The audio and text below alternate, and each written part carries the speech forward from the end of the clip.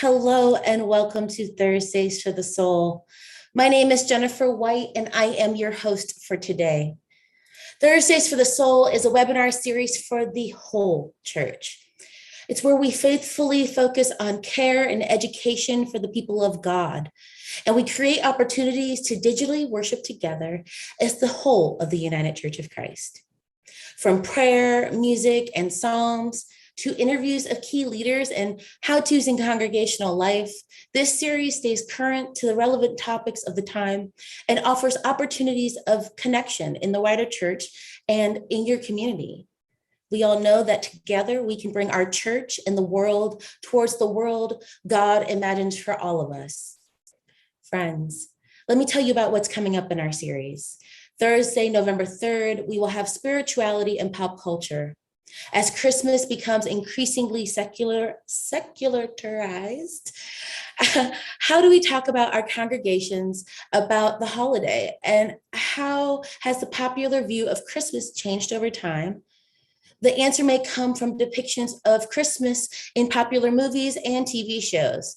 Join us with author and religion journalist John Zukowski as he talks about his book, Christmas on the Screen, which explores the spiritual and cultural implications of Christmas movies and TV shows. This session will point out how popular culture has changed how Americans feel about Christmas. It's an opportunity to both use and critique images of Christmas in popular culture as we head towards another Christmas season. Thursday, November 10th, we will have writing as a spiritual practice, a daily pause, a moment of wonder, a simple invitation to insight. With deep understanding of the human spirit, each poem by Tina Datsko de Sanchez touches the reader's core with its rich imagery and holy metaphors. Join us as Tina reads poetry from her latest release, Swimming in God, and shares insights on her writing process and how she finds inspiration, and invites attendees to craft aesthetic poetry of their own through writing prompts. We invite you to come to this webinar with your favorite writing implement and an open heart. Friends, beloveds, as usual, you can find more information about sessions just like this and more on ucc.org or any of our social media platforms. If these conversations move you, if what's offered here helps enhance your ministry or even your soul, please consider donating towards the annual fund of the United Church of Christ. You can do that by texting UCC to 41444. Your prayerful and financial support helps programs just like this in the essential work of the United Church of Christ. Thank you, thank you, thank you. Today's program is a practical discussion of digital privacy, knowing who has access to your online life, from period trackers to grocery apps and social media, and what companies can do with that information is critical. This session will help empower and inform you in how you take practical steps to protect your digital privacy and provide context about what is currently happening in your digital privacy space. Friends, Cheryl Lianza. Thank you. Thank you so much, Jen. Thank you, everyone. It's really wonderful to be here. My name is Cheryl Lianza. I use she, her pronouns. I'm coming to you from outside of Washington, D.C. And for those who want a description, I'm a 50-plus-year-old white woman with graying brown hair and blue glasses. I am so glad to be here. The United Church of Christ has a long-standing media justice ministry. It used to be called OC Inc., and we've recently changed the name to Media Justice Ministry, and I work for that ministry. And so I'm going to start today by telling you a little bit about that work, and then we're going to transition through the rest of the program. So the UCC's Media Justice Ministry was founded in 1959, right after the denomination was founded. And it was founded by Reverend Everett Parker. And at the time, he was holding TV stations, broadcast TV stations, accountable for their failure to serve African-American communities in the South. And he used the courts, he used pressure tactics on big corporations, and he pressed and pressed until communities could actually go to the Federal Communications Commission and say, no, you are not serving my community. You must be accountable. You must be accountable under the law. You must be accountable to the people. And that work continues today in this ministry. We work with online social media accountability with large corporations like Meta, Google. We work to make sure that everybody has access to technology, whether you have enough income to purchase the technology. We worked very hard in this last year to get some subsidies for people who are low-income families so that they can afford to buy broadband. We work on affordability in the criminal justice context, making sure that phone calls for people who are incarcerated are affordable or free between their family members and them, so they can get support and they can come and rejoin our community with their full humanity intact and with the connections that they need to succeed on the outside. So we are very excited to be here today, and I would encourage you to come to our website. It's uccmediajustice.org. That link, like all the links, will wind up, if you are not on the webinar today, you will see them in the YouTube information.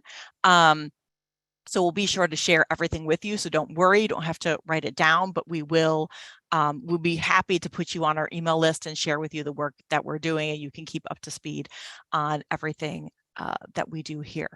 So I'm next going to turn it over to somebody who is instrumental in getting us to have this webinar. My colleague, Katie Adams at the United Church of Christ, Washington, D.C. office kept asking me, where's the resource for people now that abortion is not protected by the Supreme Court's decisions? How can people protect themselves? What can they do? And I kept thinking I was going to find, the webinar to just send her to. And I realized, if you don't have it, you have to make it yourself. And she is a great collaborator in this. And Katie is going to talk about the history of the UCC with respect to reproductive rights, reproductive justice. So I'm now turning over to Katie Adams. Thank you so much, Cheryl. I'm really excited to be here with all of you today and have the opportunity to talk about digital privacy, especially in the context of the world we're living in today. And the United Church of Christ has worked in reproductive justice for quite some time in a lot of different capacities.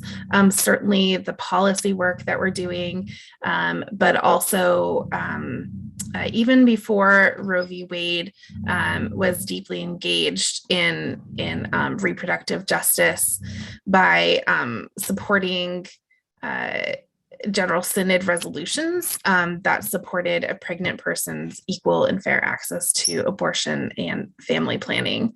And this goes all the way back to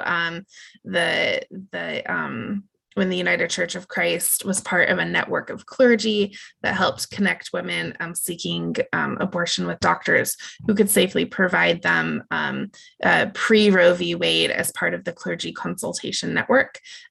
Several UCC clergy were involved in launching and sustaining that network.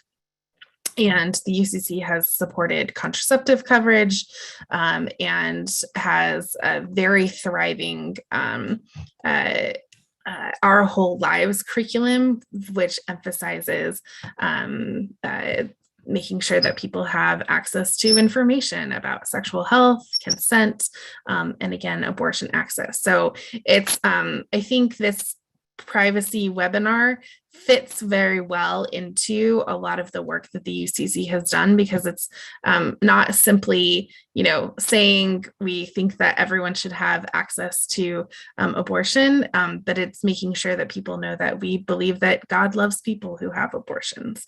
And it's making sure that people are able to, safely and engage in this space. So I'm really excited to be here with all of you. And I'm so grateful for our panelists and so grateful for those of you who have tuned in. And as part of the links we'll be sending out, we do have several kind of explainers on UCC reproductive justice with links to all of our General Synod resolutions that give very good background on the ways that the UCC has engaged in this policy over time. So I am gonna end it there so we can get to the real meat of the webinar. Thank you so much, Katie. That was really, really helpful. That moved me. And I think that's great to keep remembering that God loves everybody, including people who have abortions, that's part of our health and our choices. So I am now just going to do a little bit of background on the environment that you're finding yourself in. Why do we need this webinar? I think all of us know, unfortunately, the Supreme Court has changed its decision on reproductive health, and that now each state is making its own laws with regard to abortion. And there are many laws that criminalize abortion, that prohibit abortion, that were not on the books 6 months ago that now are on the books. So we're now looking at people who are concerned that they might be trying to make decisions about themselves and their own bodily autonomy, but they will not, they might be running afoul of their state law. And so you're trying to do this in that situation where you need to take care of your own health, but you may need to go across state lines. You may need to consult with other people and get help and consult with doctors and others. And how are you going to do this? You may need to figure out what your rights are. How does the law apply to you? What are you trying to do? All that is really important information. And of course, we have this amazing technology out here in the world to help us get that information.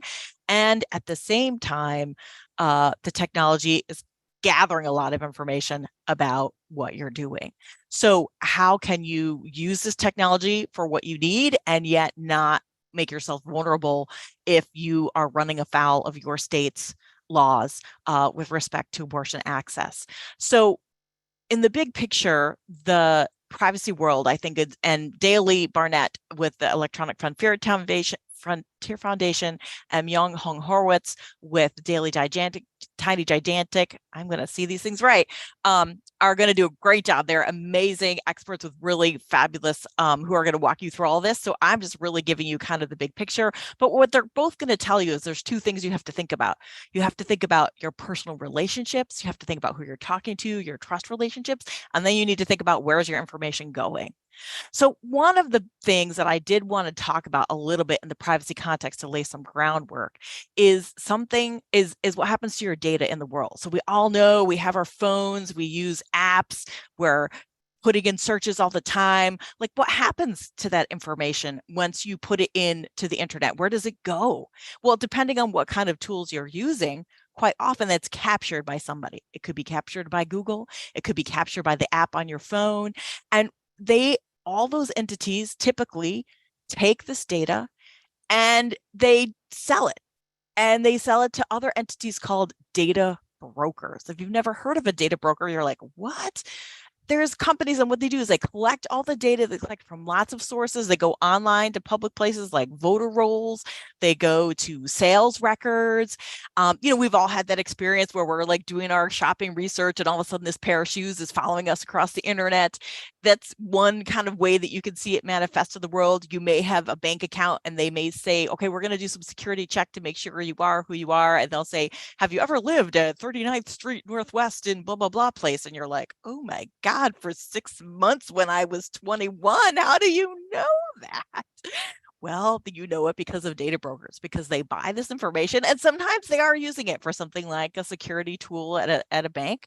But sometimes they're creating online people search. They can go on and if you go on to like some of these places, you can see like your friends, everywhere you've lived, your relatives will be tracked, together. So the bad part about this is if this information can be taken by law enforcement, it can be purchased by law enforcement, even if they don't have a warrant. It can be, shared in other ways. So we want to keep in mind how to use our technology. We really want to use the technology. We should use the technology. And at the same time, we want to make sure that that there's ways that this data can be staying safe. So I'm a justice advocate. And one of the things I want to tell you about is that we are advocating, for example, to regulate data brokers. There's really good laws in a couple of states in this country. California is one that regulates data brokers. It says you have to take my information out of your database if you can't, if you don't want it there. And at the federal level, there's a major piece of privacy legislation that maybe will become law this year, and that also would regulate data brokers and would create, we had that old do not call list where if your cell phone number was somewhere and somebody shouldn't call you, you could be on the list. It would create a do not track list, a do not collect my data list. And so data brokers would have to register and they'd have to take your data out if you ask them to. So we're hoping, this is one reason I hope you go to uccmediajustice.org and sign up so you can stay abreast of these things and help us advocate for ways to give people more autonomy so that we can decide when our data is being shared under the law. But right now we're dealing with the law that we have. And so we have two amazing guests with real fabulous expertise who I'm going to turn it over to tell us how to go about how to protect ourselves in this world that we have right now. So first I'm going to turn it over to Daly Barnett with the Electronic Frontier Foundation. Daly is going to focus for our webinar today on folks who are organizing around abortion access and abortion rights. And then we'll move on to young Hong Horowitz, who is going to help us with more individual access. But they're both fabulous experts and they'll cover a lot. So I will turn it over to Daly. Take it away. Great. Thanks, Cheryl, for that really, really warm introduction. And I'm thrilled to be here. Give me just one moment while I share my screen. I've got some visuals here I'm hoping you can all take a look at. And for those who are unable to see what's happening right now, I am a 30-something-ish white trans woman. I'm coming from the beautiful Bay Area, and I am floating in front of a abstract digital art piece done by one of the designers at the Electronic Frontier Foundation. So the Electronic Frontier Foundation is the leading nonprofit defending digital privacy, free expression, and innovation. And I am a staff technologist at the EFF. So my job is to understand technology and to make it better and to digest some of the information that comes from tech and humanize it for folks that, don't have the time or the means to learn about the technology, just to make it better for all, right? So I want to talk a little bit about digital privacy and security steps that people can take when they're in the position of being community organizers and activists. Often these people are keenly aware of the tension that exists between personal privacy and the publicity that's required for their work to be effective. What's most important for these types of folks is understanding how to keep these two aspects of their life separate, knowing when to keep their personal details compartmentalized away from the materials that they want to broadcast as part of their activism. That's a key word I'm going to focus on a bit here, compartmentalization, because, that activism, the stuff that they want to broadcast, the message that they're trying to get across is important and necessary right now. And we want it to be heard by all, but we also need to be able to balance our personal privacy and the privacy of our community and the people that we care about. So compartmentalization as an idea, it's a way of approaching something we call operational security or OPSEC. And that's really just some fancy language for the steps that you take to maintain privacy and security when you're doing sensitive tasks or anything that requires a little extra care to make sure you're safe. So compartmentalization is essentially a way of designating boundaries and creating safeguards around the more sensitive activities or the sensitive data. You can be a little more creative with it, but fundamentally, it's just it's an awareness of knowing when to have good OPSEC. It's knowing what tools to use versus when you can relax a bit more and use more convenient or less private technologies. So I'm going to launch into now just a handful of recommendations that I give, starting with the non-technical and then some of the more technical ones. And these are all things that you can incorporate depending on your particular point of view for that kind of compartmentalization. Step one, this is the step that I always recommend for everyone to do, is just what we call threat modeling. It's essentially just asking yourself a series of questions where you can get a better understanding of what you need to protect and, from who, the types of risks you might encounter, the likelihood those things can happen. Some questions that I like to phrase when beginning this process is, what data do I need to protect? Who do I need to protect it from? How would those adversaries go about getting the data? How likely is it that that might happen? And how severe of an impact is it if it does happen? You can be creative with this, but it's just a way to kind of get those gears turning to begin thinking about these things. And from there, you can do another non-technical tip, which is mapping your digital footprint. This is quite literally visualizing the point of view that you inhabit in cyberspace. I like to quite literally map the devices, the people you're interacting with, and the things that you're doing online, or the platforms or the applications that you're interacting with. And you can group them together and you can draw lines in the ways in which they're connected. Which device are you using to log into your email accounts? Which for Facebook? Who are you interacting with on Facebook, etc.? Again, you can be pretty creative with this, and it might get kind of messy when you start to connect all these things together, but it's just a way of visualizing how you exist and kind of the areas you maybe hadn't thought of before that might be most connected to that sensitive activity or the sensitive data that you need to protect.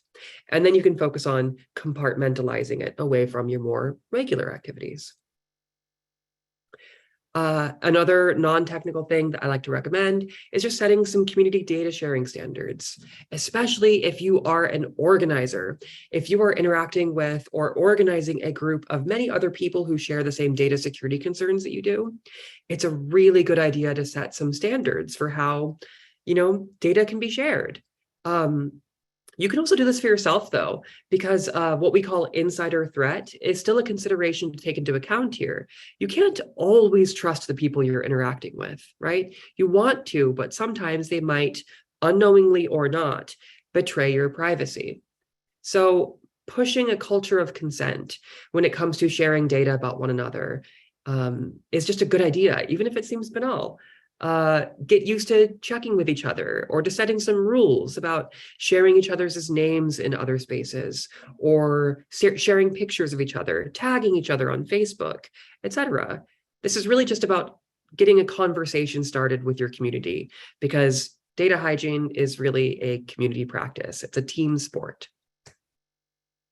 And the last non-technical thing that I want to recommend is just quite simply turning off your devices. I know that's a frustrating answer for a lot of us because, we have to interact with technologies to live in the modern world. But developing a feeling of being able to exist without these things or being able to organize without them sometimes is quite literally the most effective way to not have a digital footprint. And you can operate both non-technical and technical activities in tandem with each other to be effective. So, one consideration is your local laws. Like if you are going into let's say a protest of kinds, it's a good idea to be familiar with the local law enforcement and how they often respond to activists that are being arrested. Are they going to seize your devices or inspect them, if you don't have it on you, well, that solves the problem for you, at least that first problem, right? Okay, so all of that non-technical stuff I recommended. Now I want to jump into maybe some more technical ideas, beginning with the things that we're most familiar with going online, and that is the browser that we use. The internet browser is the piece of software that you use to connect to the internet. They are free, and usually the devices that we operate them within can have many of them. So why not have multiple? This is a good way of compartmentalizing activities to the browsers that are most appropriate for them. Consider the trade-off between the privacy, convenience, and security that different browsers offer you. But here are some hard and fast recommendations for those. So Chrome is really convenient. It's a very easy browser to use, but the trade-off is that it's not quite as private as we would like. So maybe you would consider doing something like Firefox or Brave that are a good middle of the road options, still pretty convenient, still feel pretty much like other browsers we expect, but have a bit more privacy built into them. Or you could use a browser like Tor that has really strong privacy, but doesn't quite feel like the browsers you're used to having.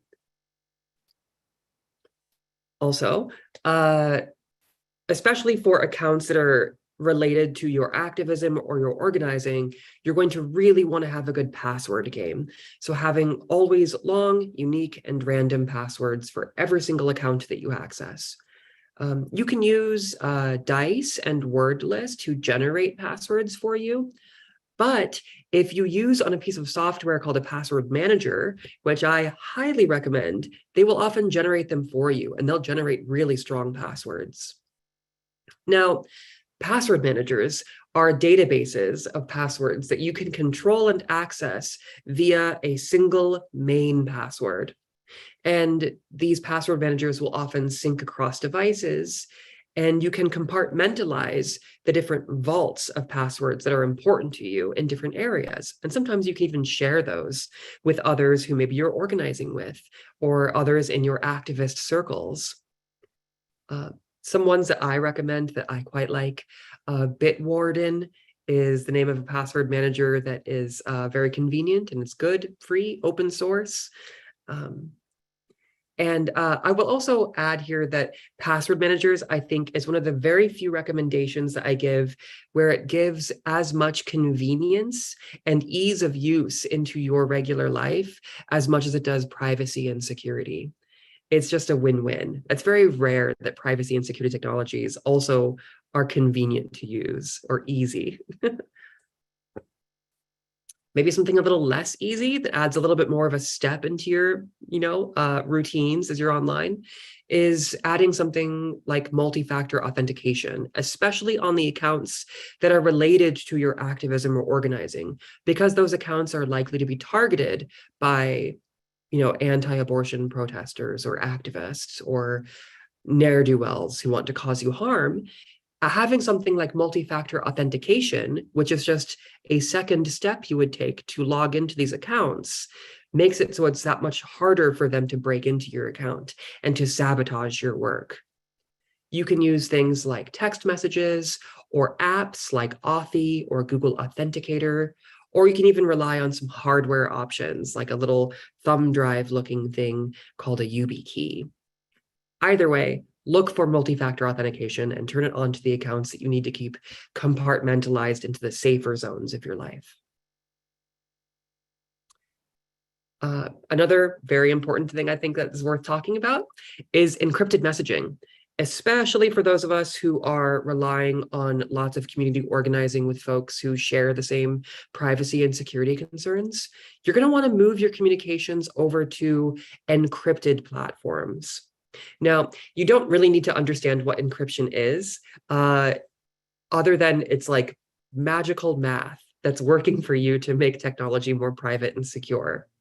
But it's a good keyword to look for when shopping for something like a text messaging service you want to use to talk to others. A lot of you out there might have heard of a piece of software called Signal, which is a really great and much more usable than it used to be end-to-end encrypted open source platform for texting and messaging.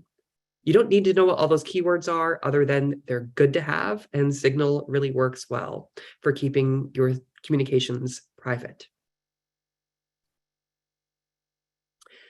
Now, one kind of last-ish point I want to touch on, especially if you are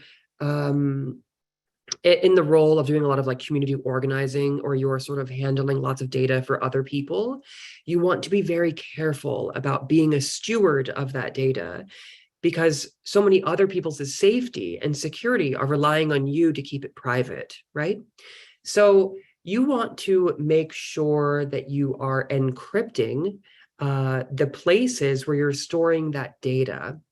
So pretty much all operating systems or computers that you're using have encryption on by default, but it's a good idea for you to make sure. So if you're using a Apple device or a Mac OS or Windows, do some internet searching for checking that those things are encrypted. But also you want to set up a regular backup plan of taking copies of that data that you're storing for others and storing it elsewhere, not just on your own computer or on a cloud service or another person's computer. It's a really good idea to have just like a drawer with some thumb drives in it of copies of the data that you're handling, because if or when the data that your community is relying on is sabotaged or hindered or destroyed, stolen, etc., at least you have a backup somewhere else that is kept offline and safe. And this is the kind of thing you just have to do regularly and get used to the chore of doing, but it's really important and necessary. And the very final recommendation I want to give is to a piece of software that I work on called Privacy Badger. That data brokering business that Cheryl was talking about earlier. This is a piece of software that lives on your browser that is built to stop those things from happening. It stops these tracking mechanisms from fingerprinting you and figuring out what you're doing and what your behavior is online, and then selling that data elsewhere.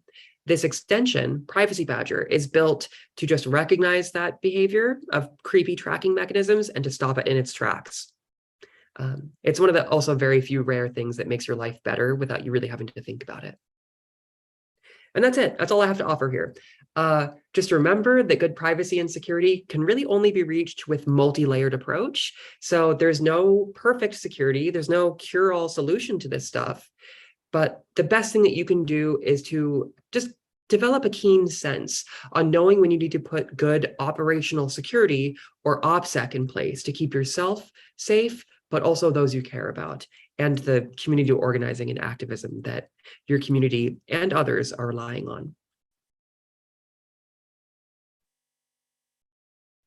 Great.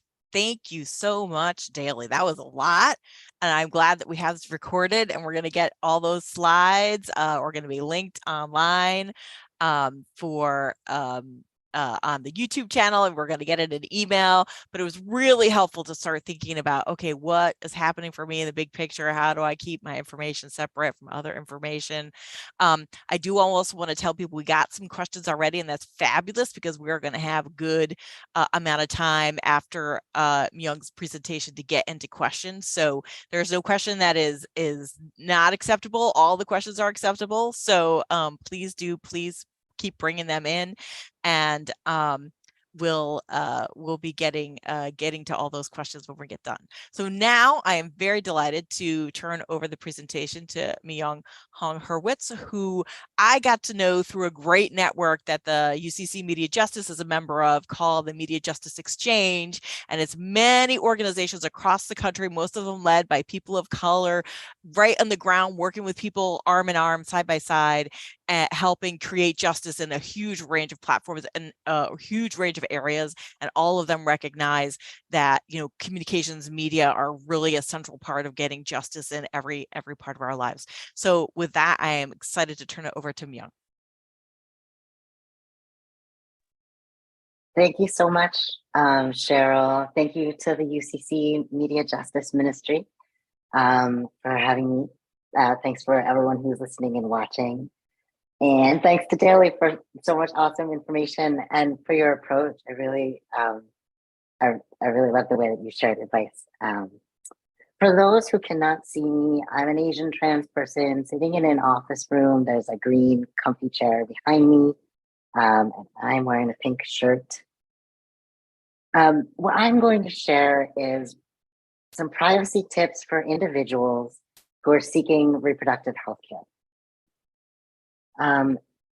So there are three questions when we first started talking about this session that came up, and I'll be talking about these. One is, I'm looking for information about reproductive health care and how can I keep that private? I'm communicating with people that I know about my reproductive health, and how can I keep that private? And then what are some other considerations that I need to take as the risks are changing a lot after dogs? So I just want to start with one piece about risks and safety. That's just that the risks that you're facing are personal and your safety is your own. And so how you choose to manage your own risks and your safety is up to you. What I'm going to do next is take a pretty general perspective in looking at the 3 questions and give some approaches with tools that you can use right now, legally get in the US, and how you can, and that you can use on devices where you're able to install things. So one of the framing considerations that I would like us to take is around this this news story that broke in August of 2 individuals who were chatting on Facebook about abortion, and how the Facebook Messenger messages were part of a case that was brought against the mother and daughter for their accessing abortion. And what that raised for us was some concerns around, well, where is it safe for us to talk about abortion and reproductive health care?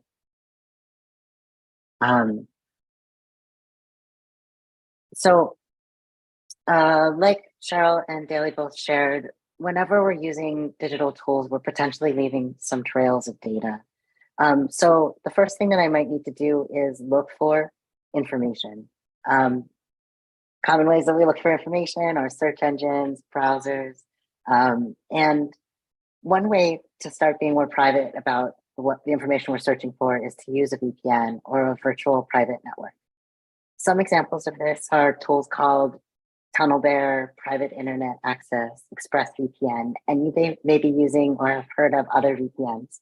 There are many out there. And the purpose of a VPN is to mask a thing that's called an IP address. So every device that's on the internet has something called an IP address. An IP address is a lot like a phone number is for a phone. They're pieces of an IP address, which is a series of numbers that indicate your location, much like maybe an area code would, or the service provider that you're using. And there are ways to, so the computer that you're on right now, or the phone that you're on right now, if it's on the internet, has an IP address. You could see what that is by going to a website called whatismyip.com. When I go to whatismyip.com, it shows me an IP address that's located in somewhere near Northfield, Illinois, which is close to where I am. Your IP address can identify the device that you're using, and therefore it can be linked really easily to you. So one way to keep more private about the information that you're looking for when you go online is to mask that IP address. Luckily, you can mask that IP address really easily using a virtual private network or a VPN. I'm showing a screenshot of a tool called TunnelBear, which I like a lot, in part because it has very cute animations of a bear. And I think it's very user-friendly to install and to use. When you turn on a VPN, you connect to another device that's also on the internet, and then you take on the IP address of that device. With TunnelBear, you can choose different locations around the globe. So on the next slide that I'm sharing, I show an example of me using TunnelBear to connect to a device that's in Canada. And then when I bring up whatismyip.com, it shows a location that's in Canada. So if with a VPN on, when I go to visit websites, they recognize that my IP address is somewhere in Canada. And as I leave trails across the internet about receiving and asking for data, it's linked to an IP address in Canada.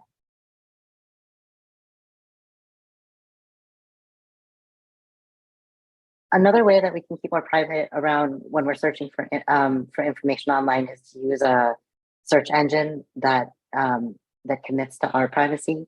And Daly already mentioned this one. DuckDuckGo is one that I recommend. It's really easy to use. You can just go to duckduckgo.com and you'll see a search page that is a lot like any other search engine landing page. Maybe you're used to Google, and you can type in search terms and it will bring up results in the same way that any other search engine would. It will not keep a record of the things that you've searched for. So that's good because we in this changing landscape post Dobbs, we don't know how far data requests will go to try to tie us to our own access of information about or reproductive healthcare or reproductive healthcare itself.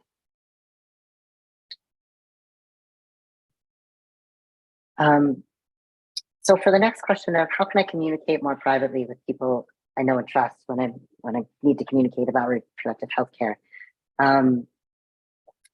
the first thing is to choose tools that are committed to our own privacy. And again, Daly spoke about this.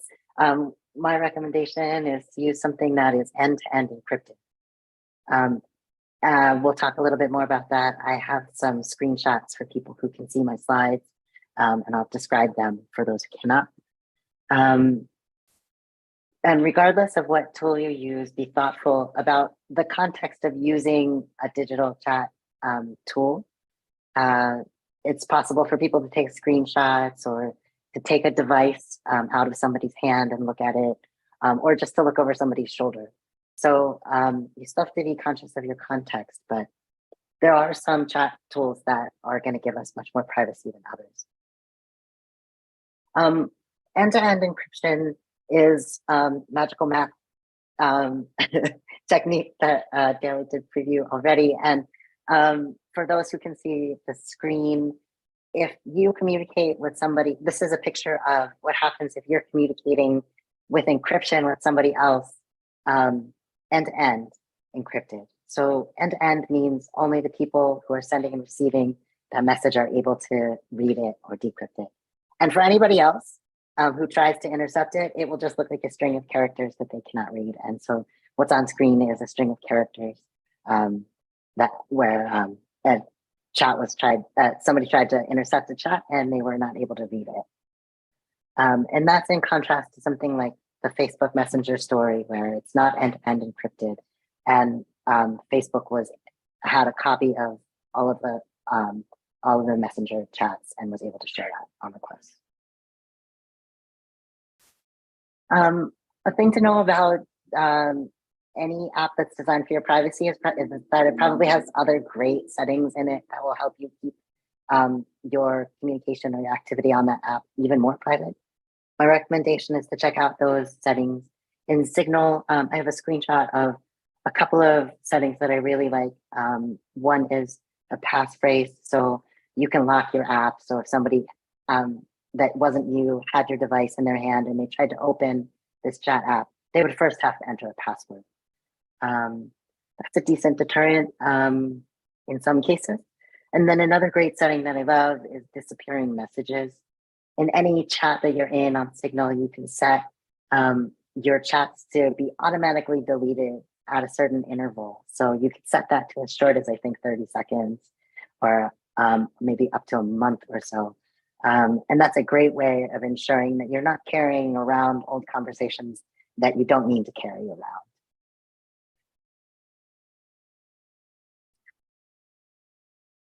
around. So the third section that I want to address is just what are some other considerations that we should be taking in this time of rapidly changing risk landscape? One question that we should consider is, how should I communicate these days about reproductive health care with people that I don't already know and trust? And then how am I taking care of the devices that I'm using to access information or to communicate with people about reproductive health care? Just some simple things that we need to start building in right now while we see what's happening with our privacy and our rights. One, to be thoughtful about what we say and we do not say. There are ways to have conversations with in careful ways without discussing things directly that might keep us a little safer. Verification, which is just a fancy way of saying double check. So if you can, double check who you're talking with. Maybe you're already doing this too, given that the risks are changing. Maybe you're asking a friend to confirm that they know a person, or you're double checking that a service provider is legitimate. Maybe you're asking a service provider that you do know to confirm to verify that other service provider that you're just getting to know is safe for you. As I said before, choose some private tools, ones that are end-to-end encrypted or that are committed to your privacy. And then think about deleting things off your devices if you can, maybe chat logs and downloads. That's, again, just as we get used to this new risk landscape. It's one thing, we know that records can be requested from services, and then we also know that sometimes devices are taken and become part of legal investigations. So we want to make sure that what's on our devices is what we need to have on our devices. Okay, so in summary, I've talked about 3 different areas of things. One is how to be more private when we're looking for information. My recommendation there is to use a virtual private network.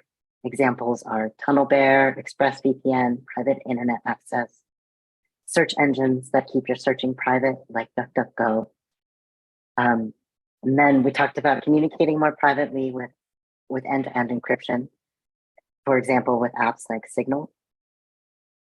And then we talked about just taking some extra consideration right now about our communication, taking care of our devices and what's remembered on our device, and verifying things like who we're talking to and what we're talking about. So one final thing to share, which is just if you are excited about what you're hearing and you want to take some more digital self-defense steps, sharing a link to a blog post, which is 5 tips for defending yourself online, which also Daily shared a lot of. There's a link there as well, and looking forward to hearing people's questions. Thank you. Wonderful. Thank you, Myung. This is so really awesome. Really, really helpful. Okay, we do have a few questions already, so let me dive right in. I'm gonna see which we can start with. So the first one is, I think, from earlier, and it says, just please enlighten me, what does privacy on Chrome, for example, mean? Who gets to see what when I am on Chrome? And I guess let me call on Daly for that one. And maybe I'll just go back and forth between Myung and Daly, but also feel free to hop in if either of you, have something you want to add. Sure. Yeah, that's probably from the kind of snarky comment I made earlier about choosing a more private alternative to Chrome. So a bit of context here. Chrome is developed by Google. So it has lots of really great engineering that's gone into it to make it super convenient and to pair well with all of the suite of software that Google makes for productivity products like Google Docs and Drive and Sheets and Slides and et cetera, et cetera, et cetera. It's really, really handy. On the other hand, it also couples quite nicely with Google's main source of profit, which is advertising. Google is an advertising company. So the browser itself is built to behaviorally track its users and to use that data for their own profits and advertising.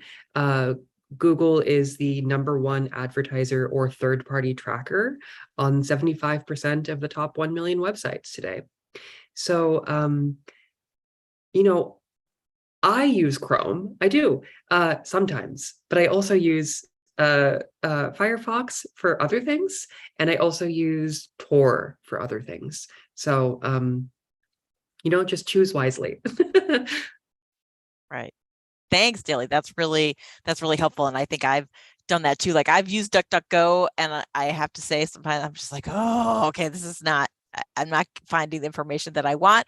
But I think we need to remember that, okay, maybe when I need to know what time does the corner grocery store open or close, maybe that's not important information, or maybe it is, depending on what you're doing. But, think about when is it that you're trying to, separate out your behavior that you need to keep private, and when is it you feel more comfortable leaving your behavior out there.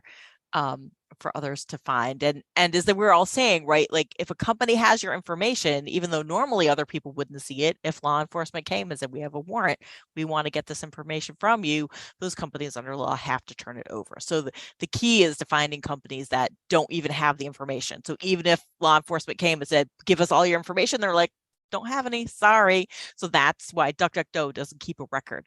Whereas, you know, you can always go back and see what you searched on Google.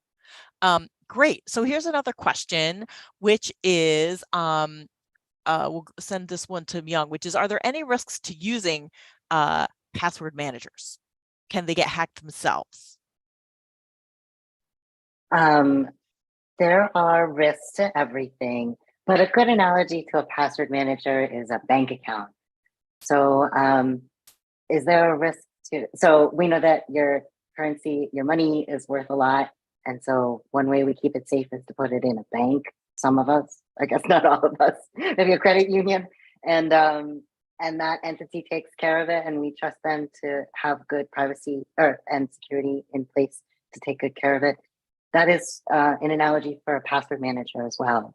Passwords are very valuable, and we choose password managers that, again, we'll verify them. Maybe we take one that was recommended by Daly or by somebody else you know that and you trust. And you trust that they have good security built in. You can, and then you can double check that. Any tool that you're relying on for good security should be able to stand up for that. You should be able to find a lot of information online about how good they are and what they do. They should have a blog where they tout their security and they talk about great wins. And then you also will find, as you start to take more digital defense steps for yourself, you'll start to notice more articles in the news too about tools that maybe have holes or have issues and they need to patch them. You want to look for tools that that respond to issues quickly and talk about them and let their users know what's going on. Right. And I just see one follow-up question about the browser, so I just wanted to follow that up. Sorry, which is, how about Edge? Edge any better than Chrome? I don't know, Daly, if you want to do that one. I haven't done like a thorough review of Edge's policies lately. I think it, you know, as Im Young said earlier, it's like, it's all about how you use it. It's the risks, there are risks to everything. So if you're considering relying on Edge for all of your activities and you do have like, you know, things that are more sensitive than others, I would say, why not make life easier on yourself and get an even more privacy focused browser for the sensitive activities and then use Edge for the more basic stuff. Okay. And you recommended Firefox, which I know, at least in my personal experience, Firefox is very easy to use as a browser. It works pretty well. Yeah, especially even if you like take Firefox, you know, out of the box and then go into its privacy settings and like raise the little bars up a little bit more, I still find it to be very usable. Right. That's a really good point. Sometimes when we set the privacy settings really high, it becomes a little bit harder to use a product, but that's good to know. Great. Okay, so another question we had, I think Myung actually covered this, but I want to reiterate, is are there any free or open source VPNs? I forget, one of you, I think, mentioned free, but I'm not sure. No, there's not. You know, I didn't share any. Daly, do you have any experience with OpenVPN? I do. OpenVPN is very useful for people that are running their own VPN like clients. So if they have OpenVPN on their own sort of server that is like helping to add a cloak of privacy for like a whole group of people, it's very, very useful, but it can take a bit of technical savvy to set it up. So if that's what you're really hoping for is, you know, that I would look into that one. How about what's like the cheapest VPNs that you're both aware of that you would trust? Like how much does that cost? There is a free version of TunnelBear that has a limited amount of data that you can use. I recommend that if people are just trying to figure out what is a VPN, can I try one out? Can I prove to myself that this actually works the way that they say it's working, you know? And if you like it, you can invest in an account. Great. So that's great. So Tunnel Bear. And do you know how much it costs? I mean, I feel like I've seen VPNs that are like $5 a month or a few bucks a month. I mean, it's not nothing, but it's also not, hundreds of dollars. They vary. Yeah, you Yeah. can find some that are a few bucks, and then you could find them up to maybe 30, or I think ExpressVPN was the most expensive one I'd seen recently, and it's generally hovering around $100 a year, I believe. Year. Okay, great. So that's helpful to know. Particularly, I'm thinking, maybe we have our folks who are like our pastors who are maybe helping others and, maybe have a little bit more resources. The church could buy a VPN. It's a cost, but it's not insurmountable when you're talking about an overall church budget. Okay, so I had a couple specific questions which were about, I think these ones might be for Daly. One is, can you contrast Brave and DuckDuckGo? And the other question is, does Privacy Badger work with Brave? And maybe you can remind us, because I forgot already myself. What's Brave again? Oh, so Brave is it's a browser. It's based on Chrome, or it's based on Chromium, which is the sort of like bare bones core of Chrome. I hope it's not too confusing for folks, but don't worry, it doesn't mean that Brave is like coupled with Google's advertising bottom lines. Brave is a browser built with privacy in mind. They've had some fair share of controversy in the past for when they've done some kind of weirder business practices, but I do think they're pretty good for what they do. And so the two part to the question was comparing Brave to, what was the other browser? DuckDuckGo, which I think those are two different things. So that's a good clarification. Well, DuckDuckGo does have a browser. They have like a whole suite of products they do now. And one is a browser that's on mobile, which is really, really great. I know they have one for mobile. And do they have one now for desktop? I forget. But they're both good, usable, functional browsers to use that keep your privacy in mind. As for like a point by point between the two, I'm not really sure, to be honest. But as far as Privacy Badger working on Chrome or on Brave, kind of. So there's Privacy Badger does work on Chrome, which means it would work on Chromium, but you have to download this special file for it. So it's only if you're pretty technical would you be able to accomplish it, I think. But that would also be like a belt and suspenders, right? Because if you're already using Brave, then you might not need privacy. You might not need kind privacy. of. Yeah, kind of. I mean, I still on like Firefox or like on Firefox, where I have a lot of privacy protections already in place, I will still use Privacy Badger and other tracker blocker extensions like uBlock Origin or AdBlock, because, just like anything else in the privacy and security world, a multi-layered approach is best. Great. Okay, so I'm seeing we're getting pretty close to the end of our time, and I know we need to have a couple things to do at the very end. So I have two questions, and one of them is, I think, the question that's on everybody's mind because there was so much reporting on it, which was period trackers. Are they okay? Is there a safer way to track my period? I like to use the apps. Or am I going to get in trouble? So I'm going to give you, is there a short answer on period trackers? Because I have one more question about Signal, and then we're going to have to finish it up. So,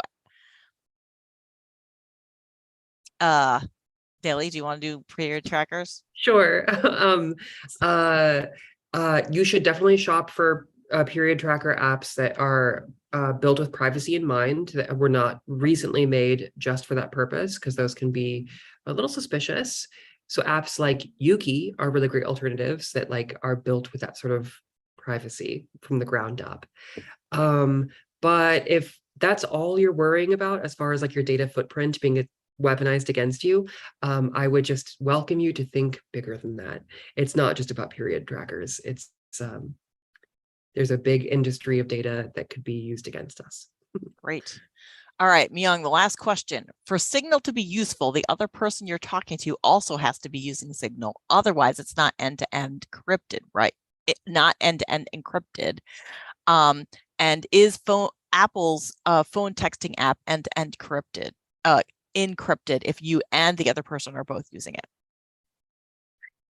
Okay, thanks for this. So for Signal, yes, in order to communicate with somebody using Signal, they have to be using Signal too. So, so you would both have to be using the app. And then I am going to share what the latest information I know about Apple text messaging is, and I'm going to ask everybody else here, including Daly, to fill in if I'm missing anything, because sometimes things change. But so iMessage between Apple to Apple is encrypted end to end, but there's a loophole, I know, where if you're backing it up into your iCloud, there's a copy of a key that can unlock your otherwise encrypted messages. So if you are backing up your messages into iCloud, they could potentially become not private. So you can turn that off, or you can choose a tool that doesn't have a loophole problem. So it sounds like it can be complicated. Daly, did you want to say thumbs up, thumbs down on that one? I'm not familiar with the iCloud thing. I frankly have to learn more, and that's very concerning. So I'd love to speak with you privately about that. Okay, so our good job, UCC audience, for stumping the tech experts. But that's why, you know, you try to use some things and you just keep adding to your privacy hygiene, right? You keep kind of taking, it's like building any kind of habit, you build a little bit more every day. I am sorry that we did not get to the question about educational technology, but all I can say is you're right to be concerned.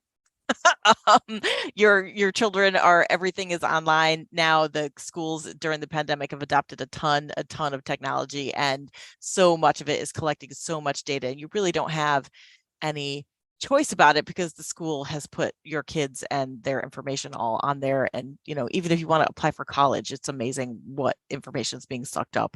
As a parent, I can definitely attest to it being not great. So you should definitely be cautious, and you should definitely find out as much as you can about that.